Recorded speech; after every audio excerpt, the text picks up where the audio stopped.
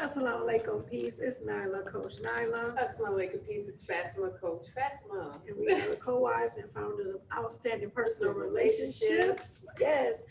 And we, oh my God. Okay, so we're co-wives. Yes. We're excited.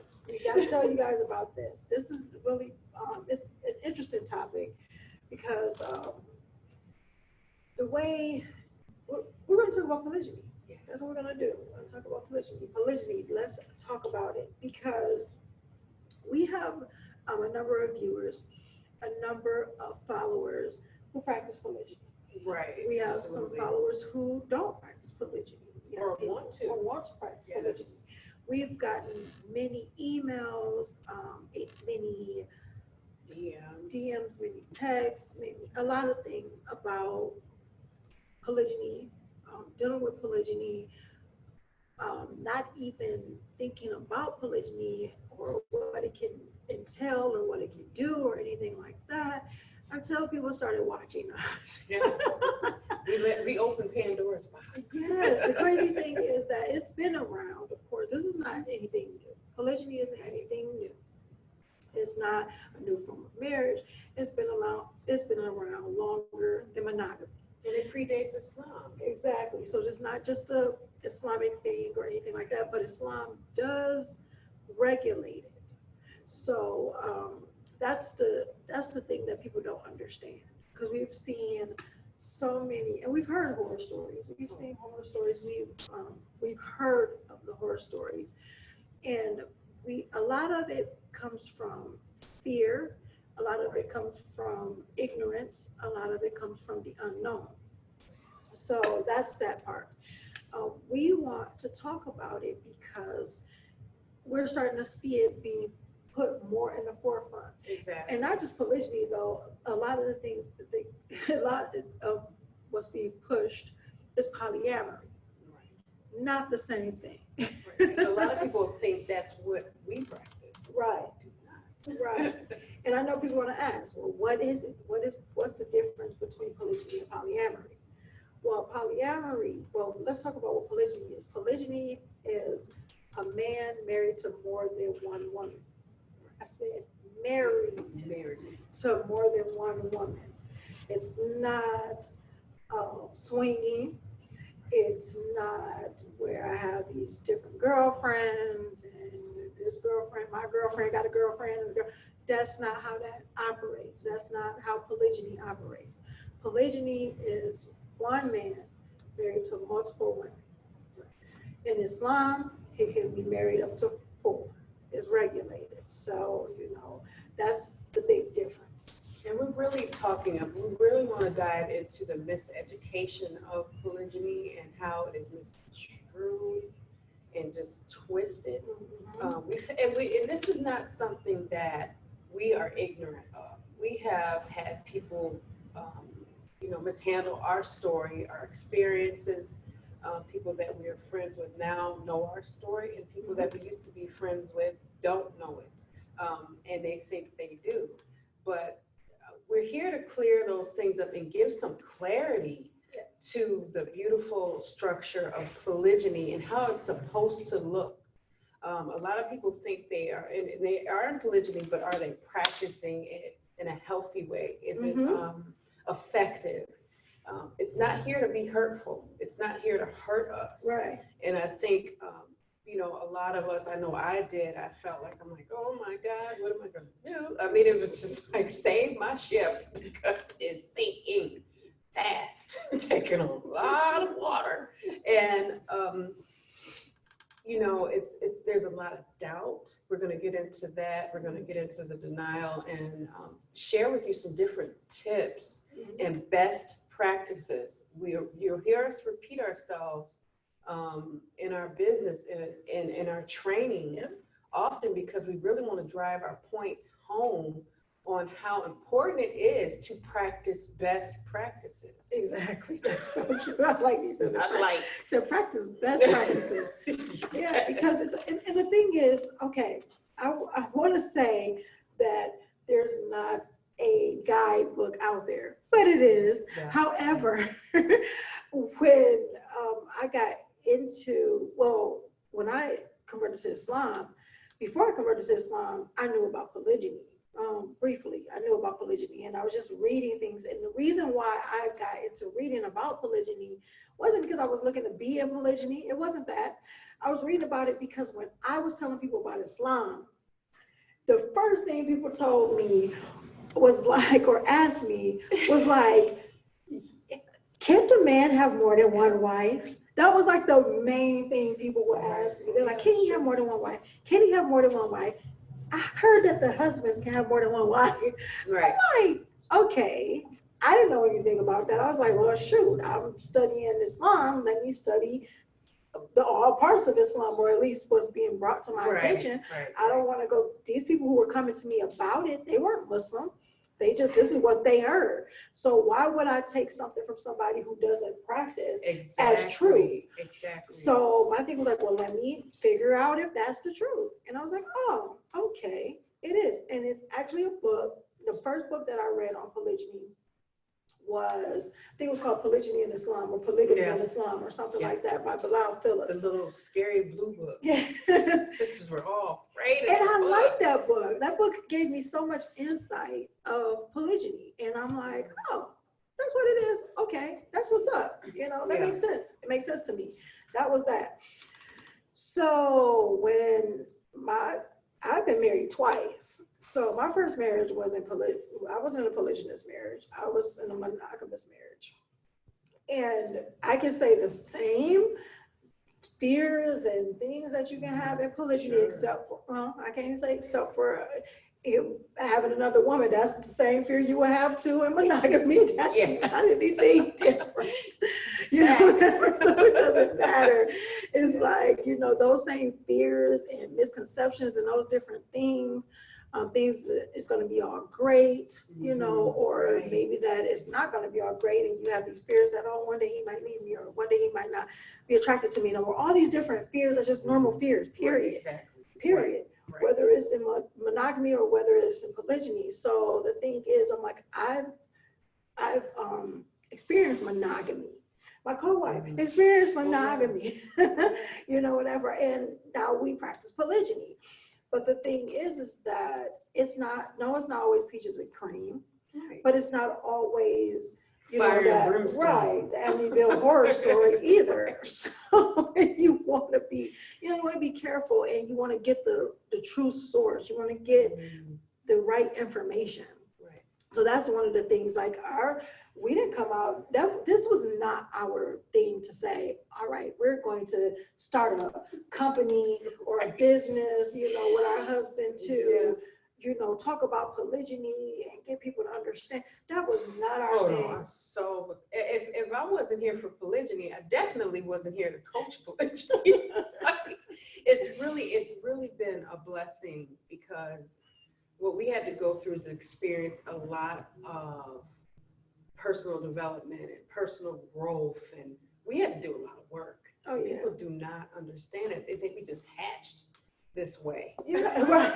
Like, because we do see a lot of people, and people say, oh my gosh, you know, you guys are inspiration. I want, you know, I want my relationship with my co-wife to be this way, or you know, our relationships with our husbands to be this way, and it definitely does take work.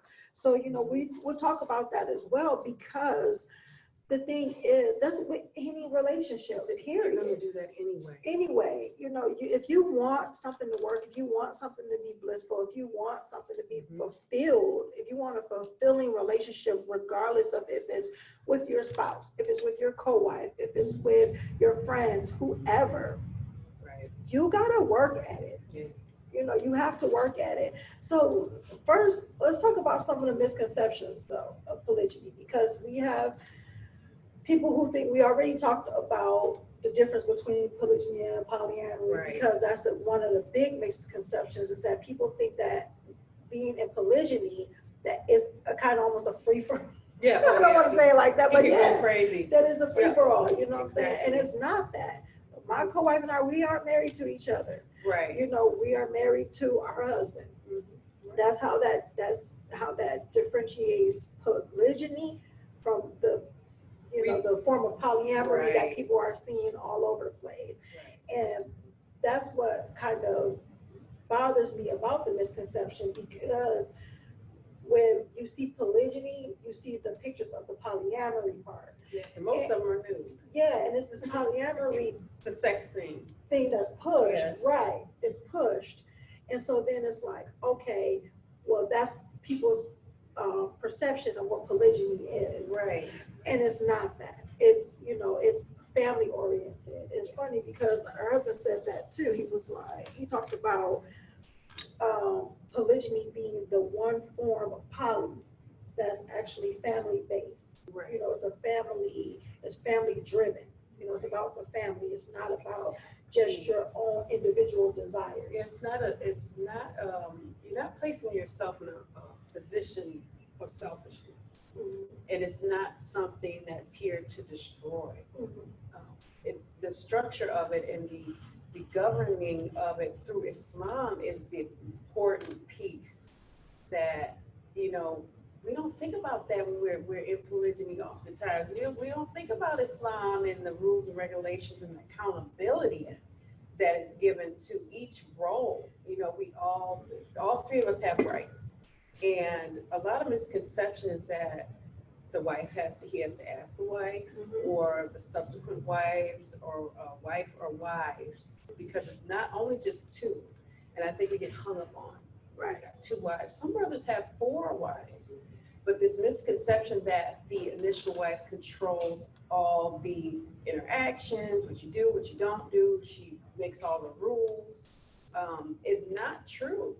And I've had a few people, not many, but a few say, well, did he ask me? No, he didn't ask me, just like he didn't ask me if he could, yawn this morning. He didn't ask me, could he go out of town? I'm not his parent, and I'm not his Lord. He belongs to Allah. So it is funny because, if our husbands asked us, could they have another wife, how many of us would actually say yes and agree to that? It's a rarity. It is Where we come from. Where we come from, it's a rarity. Bobby is going Right. But at that time, when you were studying it, the interesting part about it, look, I can laugh at it now because I wasn't laughing about it 10 years ago at all. I was doing just the opposite. But the interesting part about being Muslim longer than my co-wife, she learned about polygyny. I did learn about it, but I wasn't interested in learning about it. I learned about it because I wanted to learn about it like everything else and then push it to the side. But when she was learning about it, when she entered it, she was practicing Islam better than me. And that just has to be said. That has to be said because she was accepting of it and I was not. So I remember, and this brother is still friends with our husband, and his wife was upset because he has a wife too. And my co-wife, as I keep talking, she'll know what I'm talking about. There's a few of y'all that practice polygyny. So like, which one? Right. That's interesting too that you said that, because we realized that a lot of now it's more, now that we're talking more about it. Yeah. Now we have like most of the people that connect with us, they practice polygyny. More practice than don't practice. Right. And some of the brothers want to, but they don't have the energy, and they've admitted, I don't have the energy for this. But back to my point, I remember his wife calling me and she said, he said to me, because she had a little attitude. She found out he got married again. She had a little bit of attitude. And she said, he told her, he said, and he shouldn't have. I still don't agree with it, but I get it. He said, she's being a better Muslim woman right now because she was understanding of polygyny more so than the wife had been Muslim, that one that had been Muslim longer. I said, sometimes we say what's in our brain, we shouldn't, but there was a moment where I think he felt like he was painted into a corner and he said it. And it was a powerful point if you are in a space where you're progressive enough to understand the point. Yeah. The point was not to bash her. Right. The point was to make her see the growth that this Muslim has experienced versus the growth that you're not experiencing. You need to know about that because we need to get better at accepting polygyny. And then we have to be embracing the things that Allah allows. How can we sit here and hate something that He has made halal? He made us. So when we go, oh, I like all of Islam, I don't like polygyny. With this part, and these are Muslims. Yeah. These are Muslims saying this. Your men don't belong to you, they don't belong to their mothers, their fathers.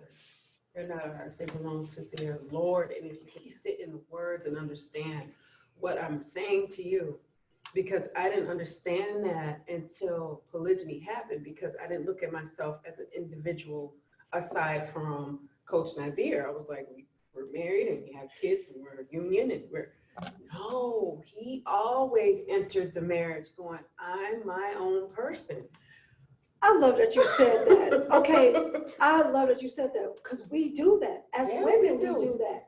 The men do not do that. They don't get the men do like not that. sit there and say, yes, they say, okay, this is my family and different things like that. But when it's like, I still have my identity. I'm me. Right. You know what I'm saying? And that's the thing. We as women need to realize that we have an identity outside of our husband, outside of our children, outside of these roles that we continue to place ourselves in. We still need to be our individual self. You must.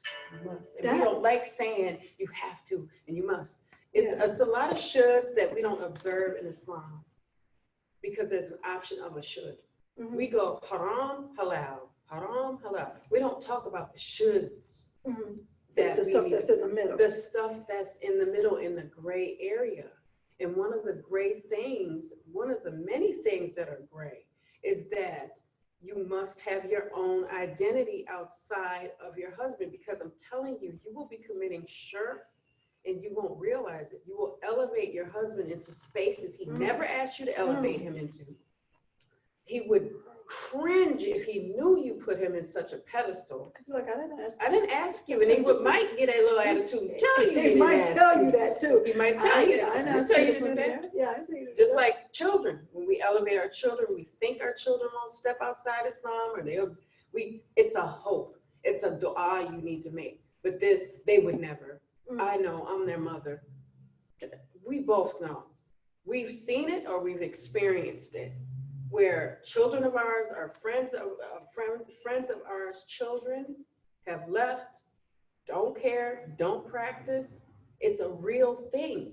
And what is also a real thing is that your husband does not belong to you. You don't get to tell him what to do, nor how to do it. You can cordially, respectfully suggest within, I'm going to say this, within the parameters of Islam. Because we have sisters who said, well, I put in my marriage contract, that he shouldn't, I'm not okay with polygyny or these type of things. Okay, you can put that in your marriage contract. You can. All day. Here's the thing, what you can't do though. You cannot make something haram that's halal. Yeah. You cannot make something haram that Allah has made halal. So the thing is, if you say, you know what, well, if you can't say you can't get married to another, or you can't say that. That's like saying you can't pray the sunnah. Right. Does he have to? No. Should he? No, you can say if you do, then I have these rights for this, and that, and the other, and if he agrees with that, and if he decides, okay, I want to get married again, I changed my mind, as humans do, because it's real interesting that we as women say, well, I have the right to change my mind, but that our husbands change their mind about something, then it's an issue. So the thing is, say he decides he wants to change his mind about it, but then he comes to you and tries to get you to see how it could be a benefit. But you still say, no, my contract says this. This is what we said. So you don't want to budge. Now, that's your choice. You have a choice to say, you know what, let's redo the contract. Or you can have a choice to say, you know what, I'm not budging. And then if he say, okay, well, I'm going to still get married because this is what I want to do, and I still think that this is beneficial, that's still a choice he has. This is the thing, we all have choices. We're adults here. So he can have the choice to marry. You still have that choice to stay or go. Yes, he did break the contract that you had. So since he did that, you have that right to say, you know what? I'm out of here. I'm out. I remember, I'll tell you guys a story. We both love stories. We both love to have a very organic conversation with our audience. And I really feel like the sisters that are out there are sisters of ours, not fans, not an audience, but to use business terms, audience. Right. But we're sisters. We're sisters in Islam.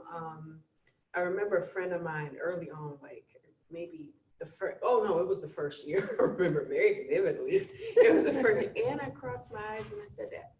I remember very vividly, I went to her house and I just was so upset. Not where I was hysterical, but I was shook. And we sat on her floor and we talked.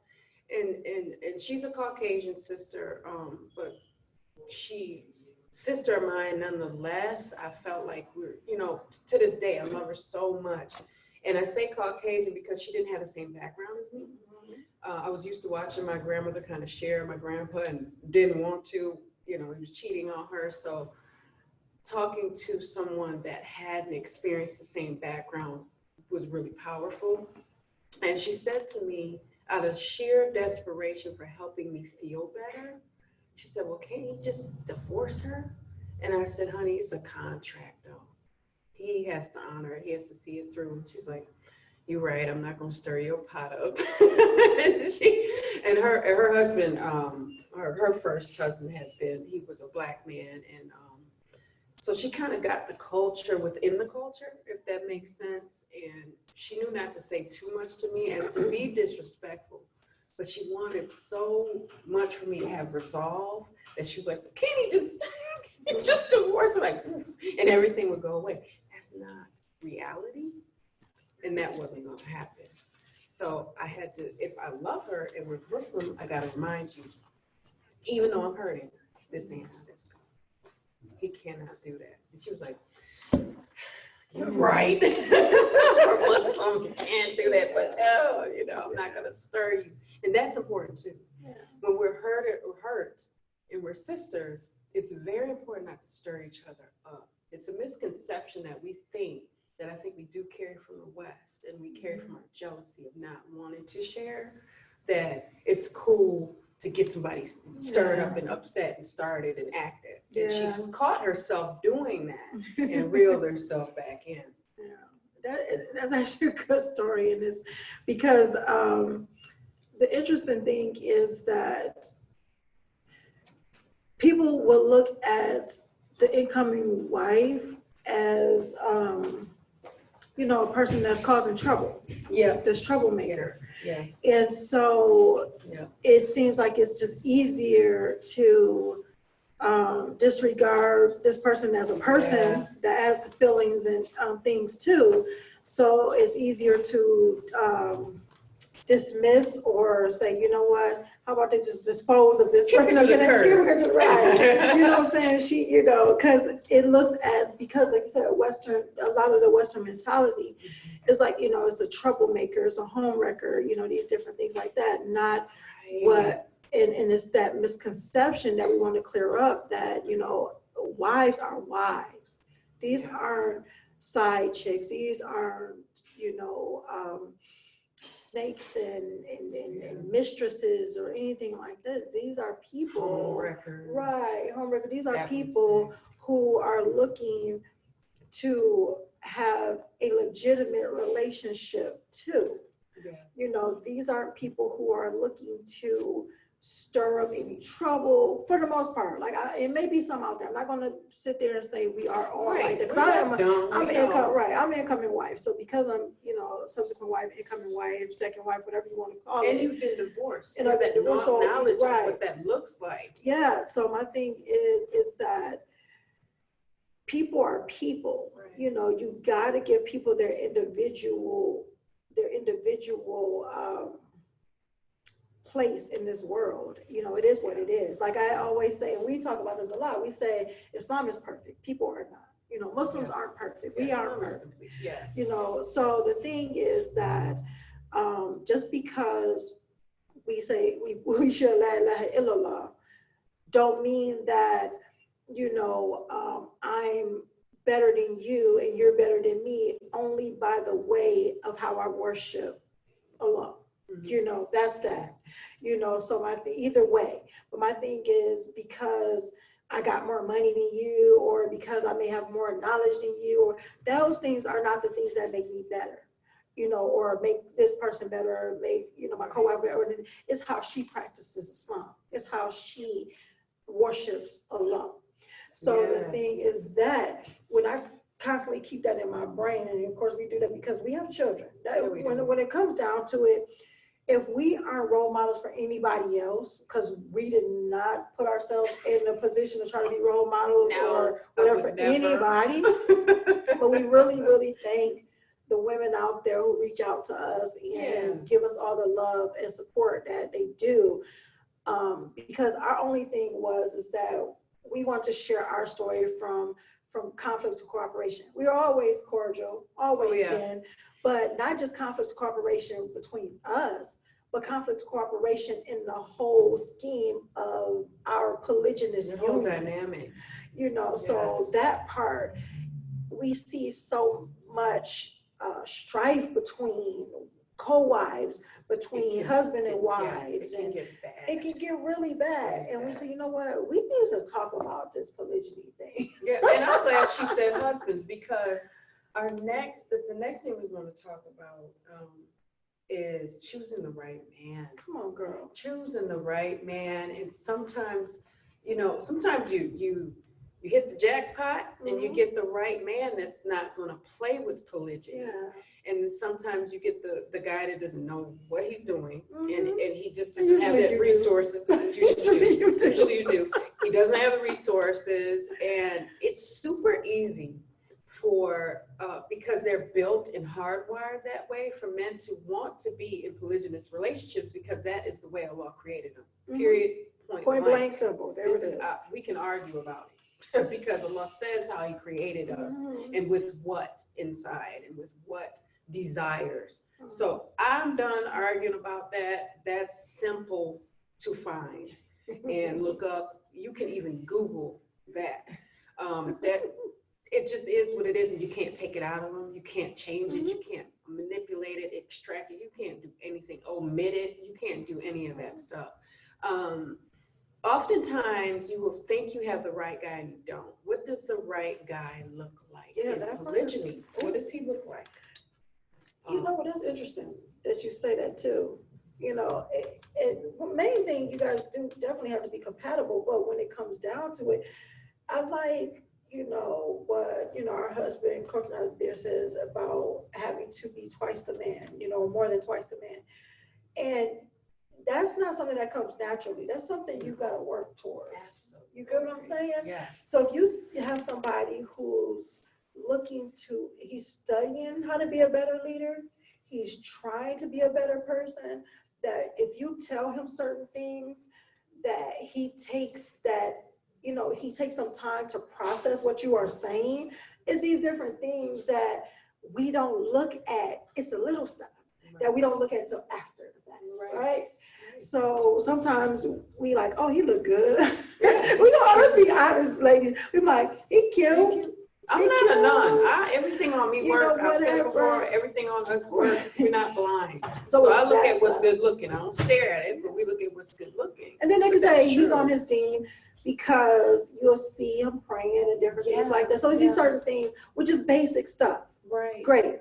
But it's stuff that goes beyond the basics. It's deep. It's so much deeper than a lot of people think. That's so true. It goes beyond the basics, because the thing is, you have a person who's on their deen, that they're studying their stuff. They know, you know, they know their Islam, like they know fiqh, they know that stuff, Aqidah, they know that. However, when it comes to the leadership aspect of it, you know, where now it's these things that you got to look at the examples. Exactly. You know, so it's not just what's in the book. Like you know, we talk about theoretical stuff that, okay, this is the stuff that's in the book, but then you got the practical stuff that's practiced. Yes. So the thing is he emulating these, you know, is he emulating the Prophet sallallahu alaihi wasallam? Is he emulating these leaders, you know, the Sahaba and everything like that? Is he emulating these great qualities?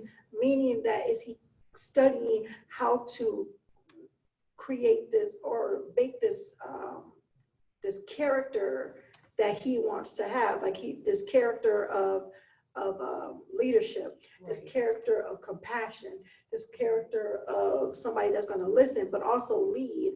And you know, and when I say listen to the wives, I'm not saying that a man who always just take what his wife say and then just run with it. It's totally different. Listen, not controlled by. Exactly. So it's like, okay, I'm going to listen and I'm going to weigh the facts, because all in all, I'm still the Amir. All in all, I'm still the leader. And he has a responsibility. Exactly. And I hope you all are writing these things down. I hope you have a journal. I wish I had said that sooner, but these are really good gems and tips, and these are not tricks, you know. But is he doing all those things in his daily life? In his daily life, right? Not just, he have integrity? Because that stuff is going, if it's phony, it's going to come out. Yeah.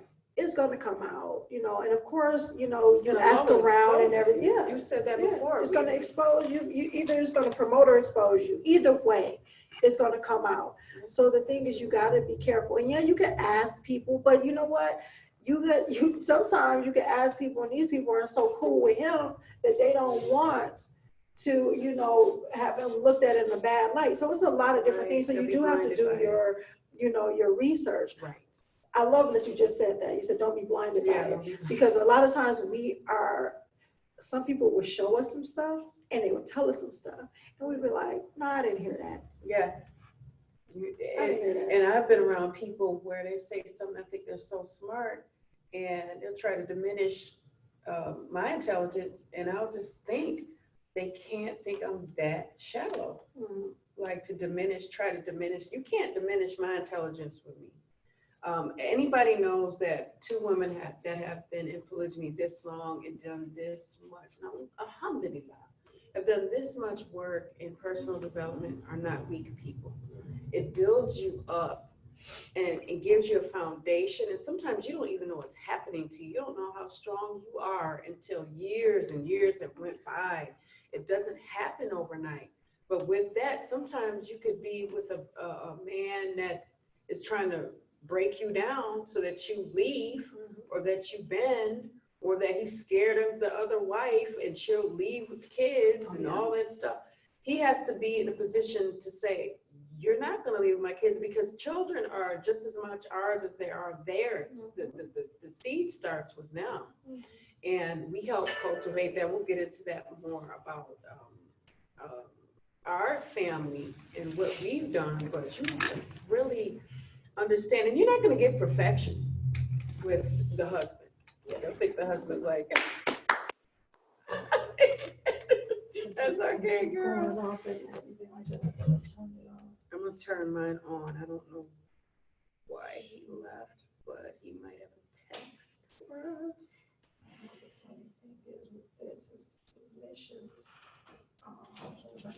I'm gonna put it on do not, but see, a call came through on do not disturb. Oh, so I'm like, something's going on. I don't know where Ty is. Okay, come back. Here we go.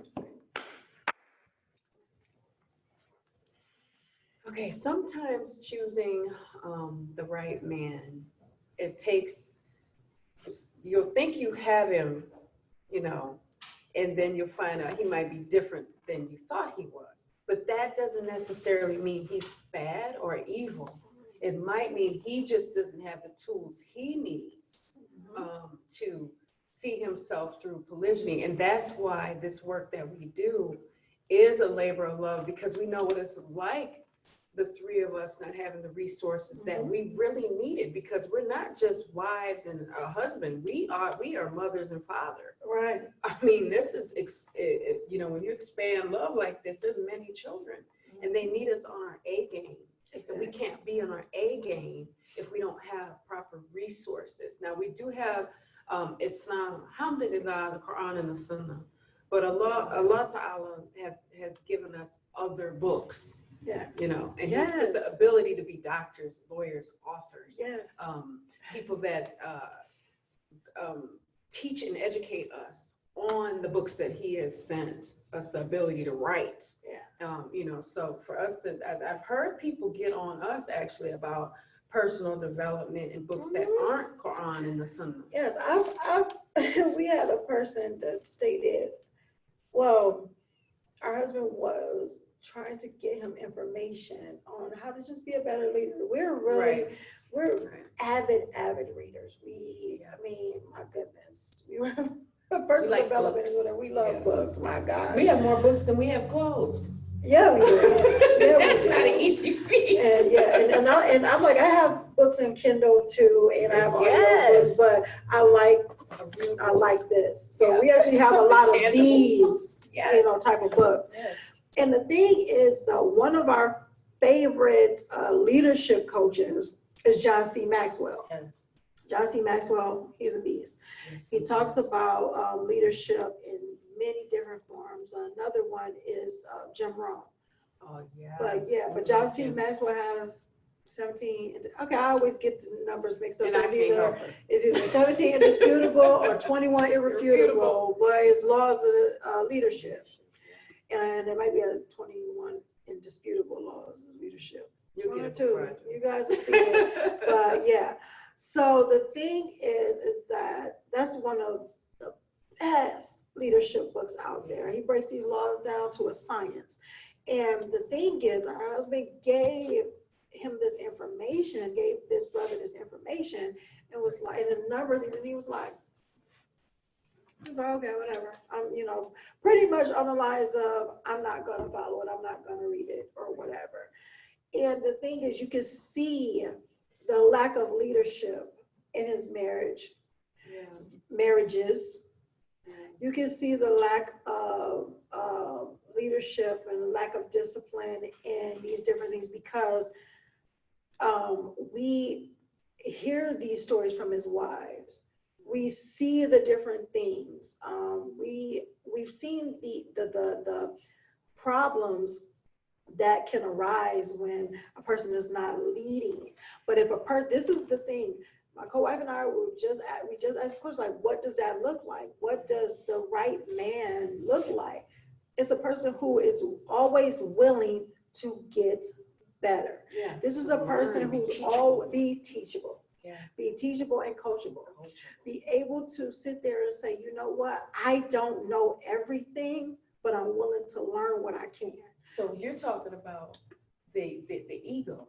The ego. We're talking about what did you say? Ego. What did you say? You said, you know, God is not your ego. God is not your ego. So, and that's what people say, ego stands for edging God out. Yeah. So that's what EGO stands for. So you got to be careful with that. Thinking ego. You got it. You got it. And another thing, which is super important, we're Muslim women here, and we don't want to neglect any aspect of choosing the right man. Mm-hmm. And as we are married to a Muslim man, Allah forbid anything happen to him. I can't sit here and go, I would get married again, or I wouldn't. I don't know. Allahu. But he doesn't play with time. He doesn't play with the time that he splits between his wives. Now, whatever that can look like for your family, maybe it's 3 months in this country, 3 months in another, a week here, a week off. We can't tell you what that schedule must look like. But we can tell you that it is not to be played with, because Allah Ta'ala gives a sincere punishment to the man that plays with the time between his wives. Now, loving and, I don't say Coach Nazir loves me more or Coach Nyla more. It's just different. It's just like my children fulfill me in a different way, each one of them individually. Right. And I fulfill them in a different way than their father fulfills them. So part of choosing a good man is he using these best daily practices every day, daily, because consistency is key. If you want the big picture, you want all the blessings, you want to reap the benefits and the results to what you want to do, you have to be consistent. We have not stopped personal Oh development my God. for more than a decade. Personal development is like taking a shower. Yeah. You need to do it Yes. daily. You need to do it consistently, or you're gonna start to stank. And yes. So, And that's a great example. I'm telling just you. letting you know. Yeah. The thing is that you gotta be in that. We have to be in that as women, because it was it's like what you said earlier, and we were talking about this, was like that we lose our identity, you know, because we are not being consistent in, you know, the things that make us better as an individual. You know what? I love that, because it reminded me of myself. And I'm gonna always be my hardest critic. She's her worst. Yeah. I'm like, girl, stop it. But yes. I didn't realize, and it kind of hit me when you said that I knew I wrapped my identity into Coach Nazir's, but I didn't realize that if he didn't know what to do, that didn't mean I didn't know what to do. I could know what to do and him not know what to do. So had I did my homework, I probably could have helped him. Yes. When he was, and I don't want to say lost, because he's always trying to learn as well, but when he didn't have support, I'll say that. When my co-wife didn't have support, I'll say that. But just because your husband doesn't know, my thing is this: help him. Yes, don't, because you can help him with anything else. Thank you. I hope so. Because, and that's the thing, what we talked about too. We were talking about knowing your role. Yes. Know your role, sisters. Know your role, because, you know, right. The thing is this, it's like, people are like, well, what is it supposed to mean? That means that you are an individual, and you are powerful, and you are strong, and you are smart, and you are wise, and you are all these great things that Allah made you out to be. Yes, I am moving the head, because I'm being really serious with this. We sit there and wrap our identities up in other people, or allow other people to tell us what we should look like, what we should sound like, what we should act like, what we should be like. Right. When we know our role, and how we know our role, we stay in that personal development. We sit there and look at these self-help books. Do not look at self-help stuff as being something for the crazy people, or some for the weak people, or some for the weak-minded. This is stuff for us to continue to be better, increase ourselves, to increase our knowledge, to do that thing, so we can know our worth. Know our role, so when our husband is faltering or failing or falling or whatever, we can step in and say, you know what, hey, in a way that we should, in a nurturing way, in a comforting way, not in a condescending way. Just say, you know what, we need to talk about this. Hey, I've noticed this. Hey, how about that? You know, it's just certain ways. So you read about communication, read these things about how to be better in every area of your life, and how to be better in your relationships. We need to be responsible for our own, what we put into it. Because what we put into it is what we're going to get out of it, period. Right. And you need to activate your productivity and not your prejudice when you're dealing in situations of polygyny, because you'll have prejudices that you have no business having. For example, you'll fall into these assumptions about your co-wife, that she just came for your husband, and we talked about that a little bit earlier. That's a bias that you're activating that should not be there. Muslim to Muslimah, Muslimah to Muslimah should not be there. And I said, going back to your point, would you look at your spouse or your co-wife and go, okay, I'm 30 pounds overweight, lose that 30 pounds for me? Oh, is that their job? I like that you said that. No, it's not. And is that humanly possible for them to fix that in you? No.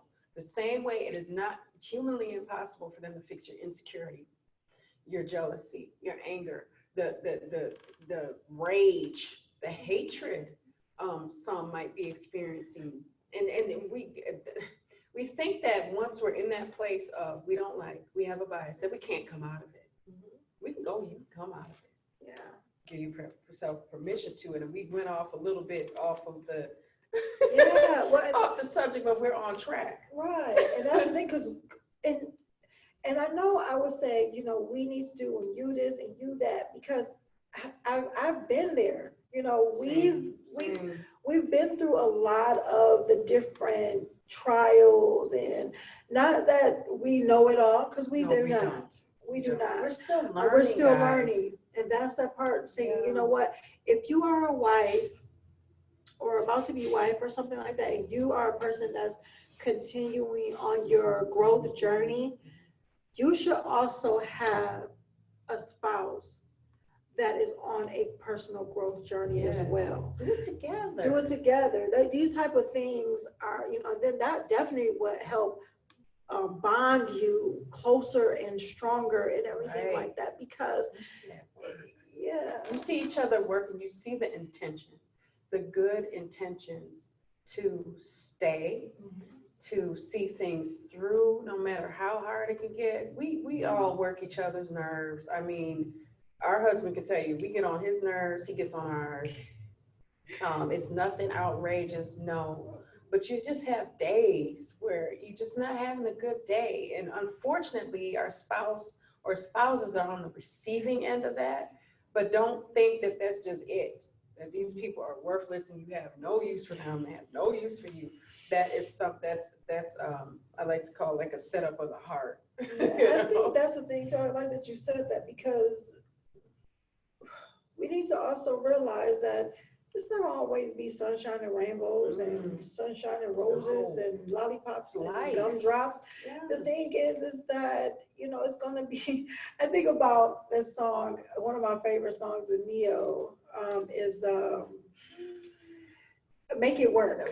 I love this song. He said, sometimes I love you more than you ever know. Other times you get on my nerves. That's just he real. said, that's just reality. No, it can't always be kisses, hugs, and beautiful words. I died when I first heard those lyrics, and I said, tell it, Neo. Yeah. Because it's so true. And it's okay, guys. Like, seriously, it's not going to always be that way. But if you chose right, and he chose right, and we gave you some tips on that thing, and it is very simple. I think we complicate it too much. The thing is very simple, where it's to the point of like growth. Is this person trying to grow? This person is he growth oriented? Is she growth oriented? Right. You know what I'm saying? Can we speak to one another without it always ending in some type of argument? Yeah, or without being defensive or judgmental. Yes. Can we do that? Those are very simple things that create that's very it creates a great foundation. When you see that, it's like it solidifies that, oh, okay, I know what this is going to look like. I know what this is going to look like. So the thing is, and that goes with even, and we'll go into like, briefly about co-wife connection, because when it comes down to it, these similar things will be the simple. They'll apply. It'll apply with your co-wife. And that's okay for it to apply with your co-wife. We think this is a set of rules for this male human being that's my husband, and this is a set of rules for this female that I kind of don't like. I mean, it's just, we're human. It's that word human, because what is happening to, and I think it can go both ways. I don't want to ever have co-wife connections be one-sided, that the initial wife must do this or think this way. You have third wives and fourth wives. Yeah, and then you also have second wife to the first wife. To the first wife. People go the other way. Yeah. Don't dehumanize each other. We'll say this a lot, because when you don't find out who the individual is underneath, and you attach this male, your husband, the husband you share together, to them constantly, and you don't, okay, I can be separate from him, but not her. No, you must detach her from him as well, so you can see the heart of the human, not just, oh, that's his wife. Because she's not just his wife. That's what we're talking about, that identity. I mean, it just gets us. Because I think we put identities on other people too. We give them their own, like they're not their own person. It's that's like robotic and one-dimensional, and we cannot do. I'm gonna say we cannot do that, because you're setting your heart up. You're setting the sister's heart up to just be obliterated by ill feelings and tension. You don't have to say anything to anybody to make them feel uncomfortable. Your energy will enter the room before you ever That do. is so true. And I've done, I was the queen mother of that. Like, I throw on a pair of shades in my real life every single day. My neighbors don't even know what my eyes look like. I have on shades, and they don't talk to me, and I love it. I'm like, the elders that want to talk to me, good morning, and the ones that don't, they can keep it moving. But I know I can give that off. But because I know I can give that off to people, I have to be the one that initiate interaction oftentimes. Oh, good morning, and pull the shades off and let people see me, especially the women. I'm not in, neither of us are in any man's face. No. We'll squash that right now. Real quick. We have no use for that at all. And that's not of our culture, but Right. that's one of the reasons I do wear shades, because I'm heavy. Where we live is heavily populated with youth that are male and a lot of men. So I'm not your friend, you know. So I had to be conscious of my energy, and I'm still working on that. Because I am an ENFP, but they're the most introverted of the extroverts.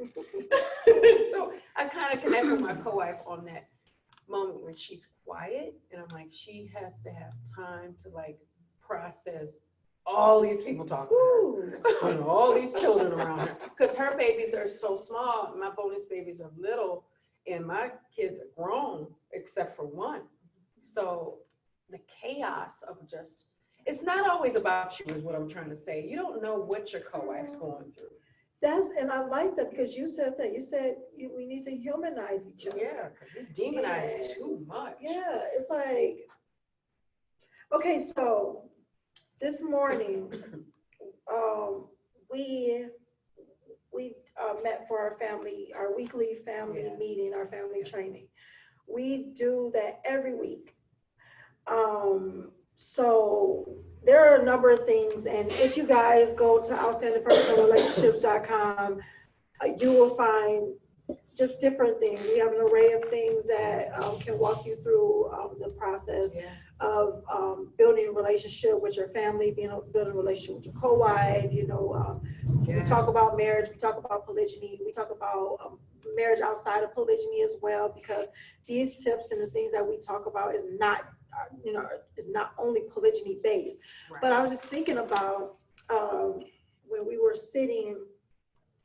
meeting today, because we actually did a video on our YouTube channel about my co-wife and I. We did a video about family dynamics. And we talked about the family meetings and family trainings and stuff that we do. And today we watched the Tony Robbins. We started the family meeting with this Tony Robbins exercise of priming your brain and priming like your energy for like this excellence type of thing. And I remember one of the things he said, one of your great moments, bring it close, or one of these moments that happened in the past. And one of our moments that was making me cry, okay, calm down for a second, was the day that my co-wife and I went out for a lunch. She made lunch. With no mayo. Because I do not eat mayo, guys. I don't eat hardly any condiments. So yeah, I get teased about how dry my sandwiches are. But give me some salad dress and some Italian dress, and I'll put that on the sandwich quick. It up.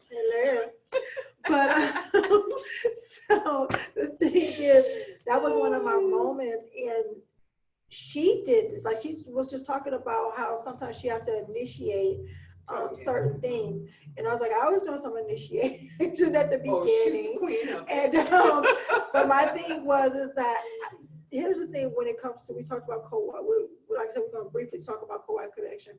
You can initiate, but don't push.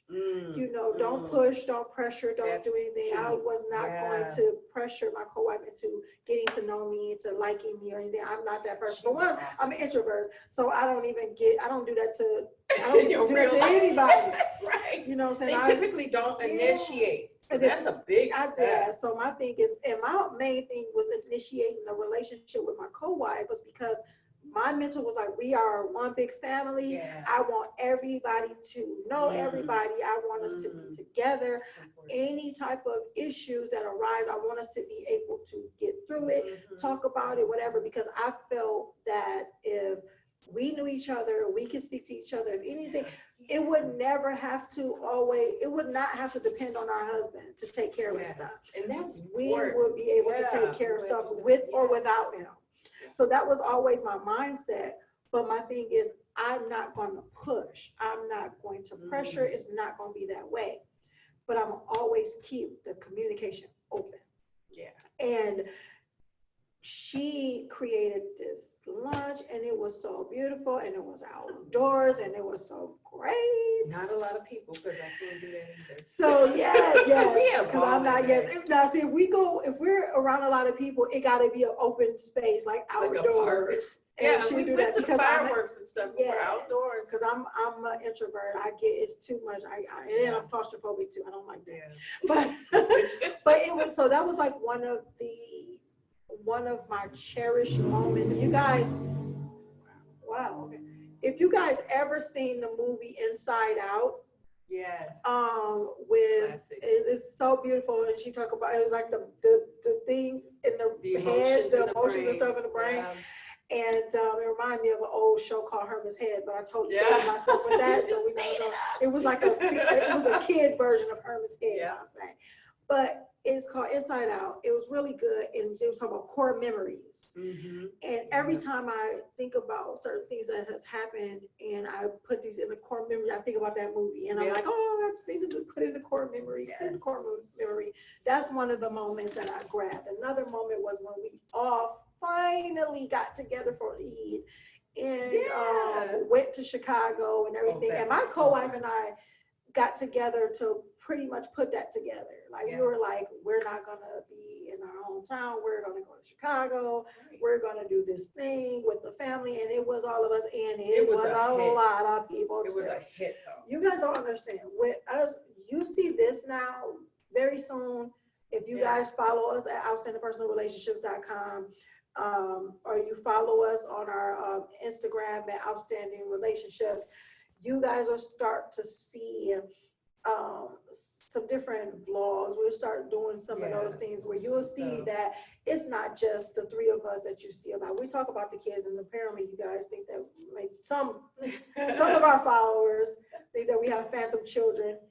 They're here because they ask if we, stay in the same house. It's 12 children amongst us. Yeah. So it's very busy, and it's a lot of fun. It's it's a lot. But the thing is that you have to be in control of your part. Right. You have to be in control of your part. And I think when we did that, when we were in control of our own, what we wanted for it, and then we got together and started to build on the things that we saw that we connected with. Period. We connected with these things. It wasn't, we had our own identity.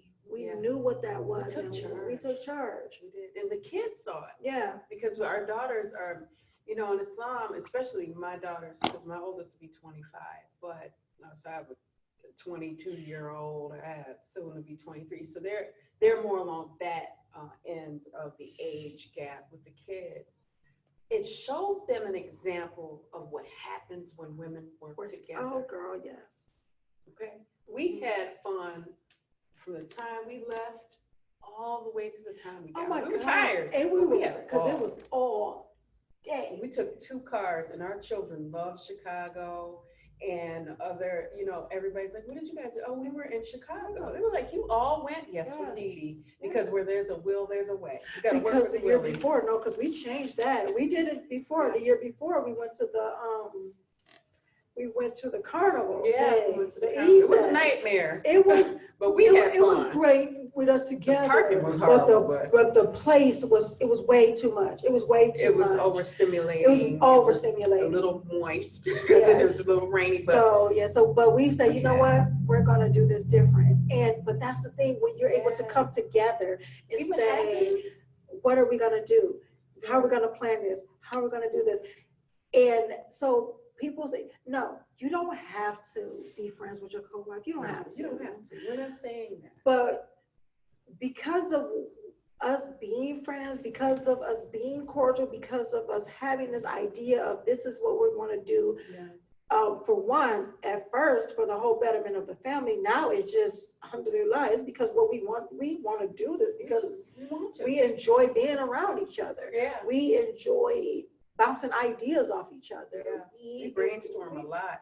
So it's that stuff. So it may not happen overnight. It took us years to get here. We didn't get here overnight. No, it took us years. So don't get discouraged if you guys are not, if you are in polygyny and you are not here yet, please don't get discouraged. Don't push, don't pressure, give it time, make dua, and just don't forget that. and speak on it. Write letters, send gifts. Be honest. Be honest. Oh, definitely be honest. Be honest and transparent. Yeah, don't fake, because this has to be something that's natural, and it's okay to be vulnerable in these moments. We're people. We're not robots, and nobody should hold that against the other if they are vulnerable. It takes a lot of courage to be vulnerable. We've talked about vulnerability being a strength. It's almost a superpower. Yes. To sit there and tell somebody, look, I'm hurting and I don't know what to do. So if I talk to you away, I'm sorry. Say you're sorry if you're sorry, and if you haven't, and you know you should, then you should. If that's a text, a card, if it's an email, if it's a phone call, if you send it on a note through your husband, do that. He'll be glad to deliver any kind of good vibes. He'll be happy to, because I'm telling you, he doesn't want to be the star, and he wants some type of help, whatever that may look like for him. I don't know. We can't answer that. We know what it looks like for our husband, and us working together is far less stressful. Far less than stressful. when it was just him taking the children by himself. Yes. And the kids, alhamdulillah, the daughters understood it. Our daughters understood it, and our sons don't know anything other than polygyny. Right. So that's the beauty of this thing. I don't have to explain anything. We don't have to explain anything to our sons. There's 6 boys in this family, and 7. Yeah. Bonus baby. But he's so grown now. He's so grown. He grew up in it. So the 6 younger boys, because he grew up in it, and his whole mental, we talked about that loving. Too. And he said, I told, he said, people, they'll come to me, they come to him, ask him about polygyny, because of course they know who his mama is. And they know he might know. And then they know, and then they know who his family is. And now because we are, and the crazy thing is, like we talked about earlier, this wasn't something that we said, this is what we're going to be in the spotlight. We're going to talk about this. We are very private people, but we can't even say that much anymore. No, we're not very private because we're we're influencers. We're influencers now. Now we are. Yeah, so it's like we still have our private lives private. Right. Prince did it. Michael Jackson did it. Yeah. People tried, but whatever. Madonna. These different celebrities. Not saying that we are celebrity status like that. Right. The thing is that you can be in the spotlight, but you can have your private stuff too. Right. And the thing is that we had to definitely step out of our comfort zone. Oh, you're gonna. To become influencers. In just the polygyny field and the relationships field and the marriage and parenting field, these different things, because people have asked, and if you're hearing people ask you enough, and what you're doing is a good work, why block your blessing? Allah gave you a gift. Share your gift, and that's what we're doing now. We're sharing our gift. We're sharing the gift of our friendship. We're sharing the gift of our growth. We're sharing the gift of our ups, downs, tragedies, triumphs, a lot of that stuff, and hopes that it will help those who need it, become the best that they can be and have the best fulfilling relationships that they can have. We couldn't stay in our comfort zone and not help the hurting.